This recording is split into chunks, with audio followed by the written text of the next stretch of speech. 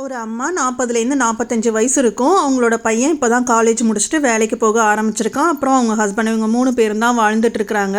அந்த அம்மாவோட ஃப்ரெண்ட்ஸ் இல்லை அக்கம் பக்கத்தில் இருக்கிறவங்க யாராவது வந்து கோயிலுக்கு போகலாம் வரீங்களா அப்படின்னு கேட்டால், இல்லை இல்லை என்னோட பையன் வர டைம் ஆச்சு, நான் இல்லாட்டி அவன் டீ கூட போட்டு குடிக்க மாட்டான், அவனுக்கு டீ போட்டு கொடுக்கணும் அப்படின்னு சொல்லிட்டு வரமாட்டாங்க. அதுவே வெளியில் எங்கேயாவது போகலாம் வரீங்களா அப்படின்னு கேட்டால், இல்லை இல்லை என் ஹஸ்பண்ட் வர டைம் ஆச்சு, இல்லை அவருக்கு வந்து தானாக எடுத்து போட்டு சாப்பிடக்கூட தெரியாது, நான் இல்லாட்டி என் வீட்டில் ஒரு வேலையும் நடக்காது அப்படின்னு சொல்லிட்டு எங்கே போகிறதையும் அவாய்ட் பண்ணிப்பாங்க.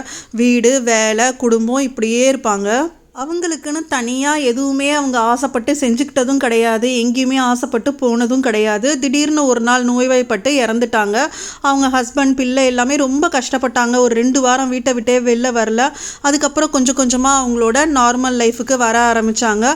ஒரு 1 மந்த் கழித்து அக்கம் பக்கத்தில் இருக்கிற அந்த அம்மாவோட ஃப்ரெண்ட்ஸ் எல்லாம் கேட்டாங்க, சமையலுக்கு என்ன பண்ணுறீங்க இப்போது எப்படி இருக்குது அப்படின்னு கேட்கும்போது, அவங்க ஹஸ்பண்ட் வந்து சமையலுக்கு வேலையால் போட்டாச்சு, க்ளீனிங் பண்ணுறதுக்கும் வேலையால் போட்டாச்சு, அதனால் நார்மலாக இப்போ எங்களோட டே டு டே லைஃப்பை வந்து லீட் பண்ண முடியுது அப்படின்னு சொல்லிட்டு ரொம்ப சிம்பிளாக சொன்னார். இதுதான் லைஃபு. யார் இருந்தாலும் இல்லைனாலும் எல்லாருமே அவங்கவுங்க லைஃப்பை மூவ் ஆன் பண்ணி போக தான் செய்யணும். இதுதான் ப்ராக்டிக்கல். இந்த ஸ்டோரி நான் கேட்டதில் ரொம்ப பிடிச்சது, என்ன ரொம்ப மோட்டிவேட் பண்ணுச்சு. இதை உமன்ஸ் டே அன்னைக்கு உங்கள் எல்லாருக்கும் சொல்லணும் அப்படின்னு சொல்லி ரொம்பவே ஆசைப்பட்டேன்.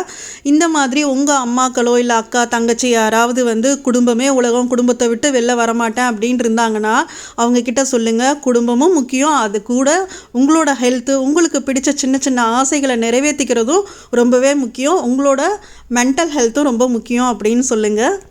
Happy women's day for all.